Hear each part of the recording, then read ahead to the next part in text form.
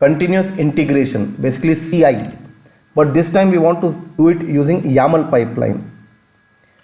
Classic pipeline is easy actually because you are doing a lot of drag and drop, but most of the times in real time today people use YAML pipeline and it gives you a lot of advantages. Of course it has a learning curve. It is little complicated in the beginning, but only when you get used to it you will definitely start loving YAML much more than classic pipeline. One major reason, I see everything in front of me in plain text format. It's very easy to understand after a while. Initially I'm telling you, you will have tough time in understanding YAML. So yes, YAML basically stands for YAML, yet another markup language.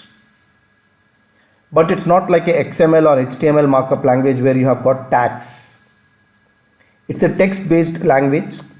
Most of the time YAML is a replacement to JSON document. When we represent JSON document, we have got flower bracket notation. Inside the flower bracket we put key value pairs. Key is of type string, value is also of type string, but sometimes value can be again an object. That means object inside an object like that, a hierarchy of objects can be created using JSON. But then when we write hierarchy of objects using JSON, it looks little cumbersome because lot of flower brackets will come, lot of places you have to put double quotes, lot of commas have to be taken care of, colons have to be taken care of. These things have been made much simple when we do it in YAML. So YAML looks something like this, very simple, plain. Yes, there are rules which we have to follow when we create the YAML. I'll explain those rules as I type them. The pipeline is versioned with your code. This is the big advantage of YAML. So YAML is a file actually which is going to be added to the project, and with whatever project version you are working, your YAML file also will get the version along with that. So tomorrow, suppose I want to maintain multiple versions of my project in different repositories, or maybe in same repository I should be able to maintain multiple versions. With every version we may add few extra projects, we may probably modify some procedures for build. Those things are pretty well taken care of in that particular version in the YAML file. You will see the advantage much more in clarity as we move forward. So yes, because YAML is a file like any other file in the project, we manage YAML file also in the repository along with the other code of the project. It also has versions. Every branch you use can modify the build policy by modifying the YAML file. Basically, we can have multiple YAML files also in the same project, or within the YAML file itself we can put some conditions that for this branch this pipeline should execute, this steps should execute, this should not execute. Like that we can put conditions there. A change to the build process might cause break or result in an unexpected outcome. Of course, I already said, if you change the build process, you might break your project. But if you break your structure of the project, build process might break. That's why they go together, managed by the version control along with the rest of your project. Ideally, the best way to learn is start using YAML.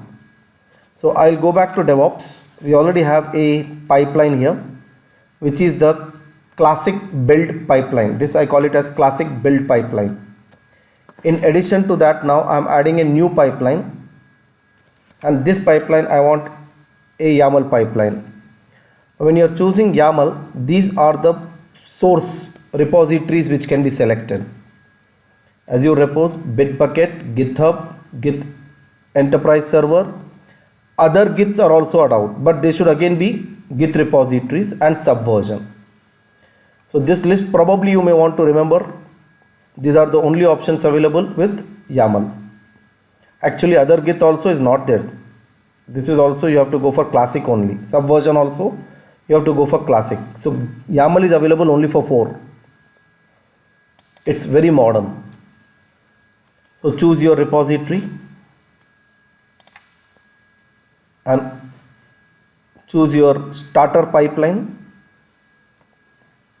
or choose specifically to ASP.NET Core something. Whatever I select, I'm anyhow going to delete it. Build and test ASP.NET Core project targeting .NET Core. And you see this is a text file created. Now Microsoft has really done a wonderful job in creating a very nice text editor where you can see comments, colors, distinguishing, tabs will work. Now what you have to understand about YAML is it's a space based document. So if you have parent property trigger, for that the value is colon. Now multiple values are possible, so next line you have to go to put hyphen space and then give the value. Now this space, enter, hyphen, these things matter a lot. So when array of values are used, hyphen is supposed to be used. So right now there is only one master branch, but tomorrow if I have feature branch for also which I want this YAML pipeline to trigger, I'll put here feature / maybe F1. Like this I will give multiple branches. But right now I don't want even for master branch it to trigger. When we discuss continuous integration, we'll revisit this, but right now I want none. That's it. For no branch, it should trigger. It has to be triggered manually. Now at the same level as T, the pool should start. All these are at same level. You see T, P, V, S. They are all at same level. You cannot put one inside and one outside. That's not allowed. I mean, here you are getting error, but if you are using any other text editor, it may not even give you error. Spaces may not give you error. This particular editor, Microsoft has made it intelligent enough to give us error. So pool is equivalent to your agent pool, and for that agent pool the image which is supposed to be used is Ubuntu latest. Yes, if you want you can change it to Windows latest, Macintosh latest. Those are predefined values. Followed by that, here itself we are declaring variables, build configuration, release, and then we have script task. Under steps we are supposed to write script. We can write script, we can write task. Script is just command line script, and the command line script is .NET build configuration, build configuration. That's all. It is only doing build. It is not doing publish. It is not doing restore. Of course build automatically does restore, but there is no publish, and I don't even have the corresponding task for publishing the artifacts. Even that is not there. So this is basically ineffective pipeline as of now. So for simplicity I am deleting this comment on top, and this script also I want to delete. Now what I would like to add here, under script we would like to add tasks. Now you, if become experienced, you can type here space and give a task and give the name of the task. We want to use .NET CLI, the latest version. That @2 is nothing but the task version. Every task can be given a version. So that @2 is a task version. Under the task, give space. Now everything should be under the task. So here what do you want to write? Some display name. What display name we would like to give? To restore or restore. Then under this I would like to give properties for the task. So something like this we'll have to keep building it. Task, display, then inputs, under inputs command, blah blah. Now instead of typing, if this is too complicated, delete it and keep the cursor at the right position exactly below S and go to show assistant and search for your task .NET Core and provide the steps. First one we want is restore. Project to restore */*.csproj. Any project in the current directory or subdirectories. Any subdirectory, any level. Restore doesn't need any Command line arguments are not needed. If in case this is something to do with feed, where should it restore from? Let's not worry about it now. And when you are done here, click on add, automatically it adds the section. So you just leave this as it is. Go to next.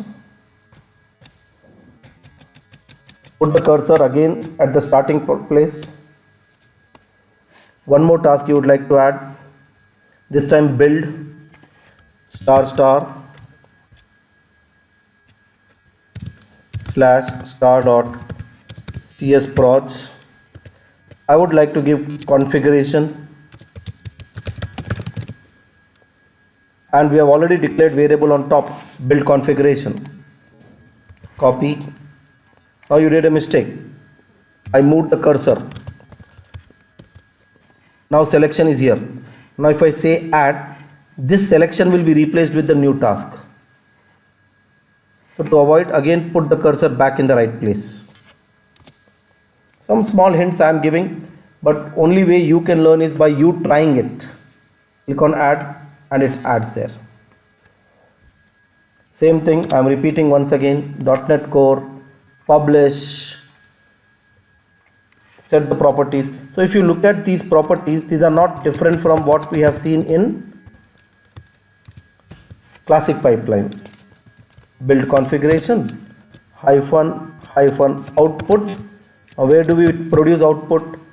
Artifact staging directory. So build dot artifact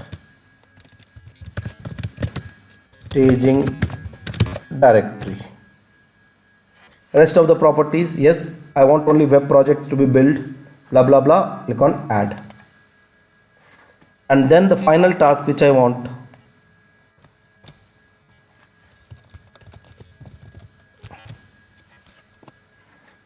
is publish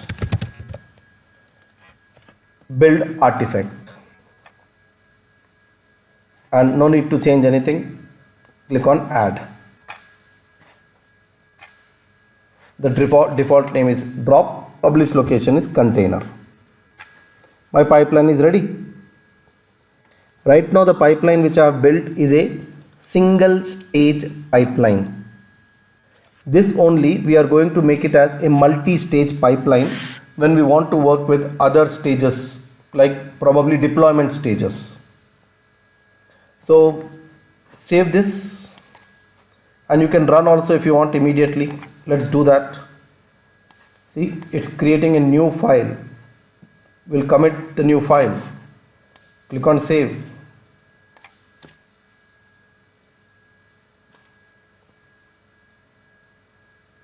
Fantastic.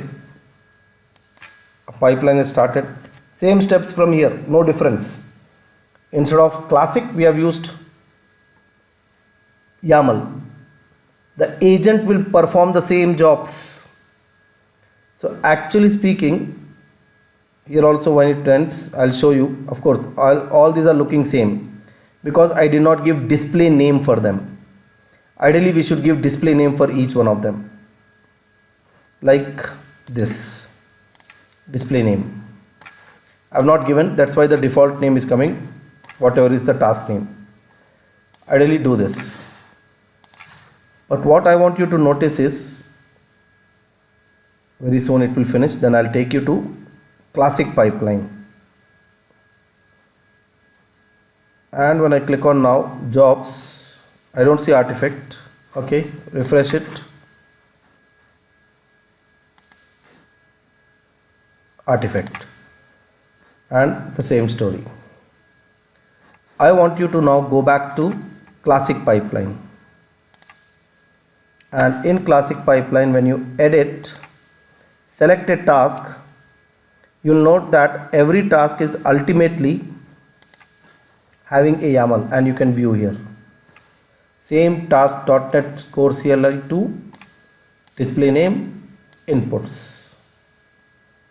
What we directly wrote in a YAML pipeline, same things we are able to display even in classic pipeline. So internally this is converted to YAML. That is the way we can conclude actually. So go back to YAML pipeline. I would like to edit the name of it. So go to here, settings, or they have given now a menu here. Rename it .YAML or the name has gone. Here also we have same retain. You can go to the pipeline, master branch was used for building it, blah blah blah. Here also you can go to settings, disable it. This is the YAML file. Right now we have only one YAML file. Cancel it. Now if you go to repository, actually you will see that YAML file is here. It's a file which is managed along with rest of our source code in the solution. But remember here that IntelliSense we don't have. We don't have that assistance. If you are directly editing here, you don't have the assistance. No IntelliSense, no assistance. It's like a text editor.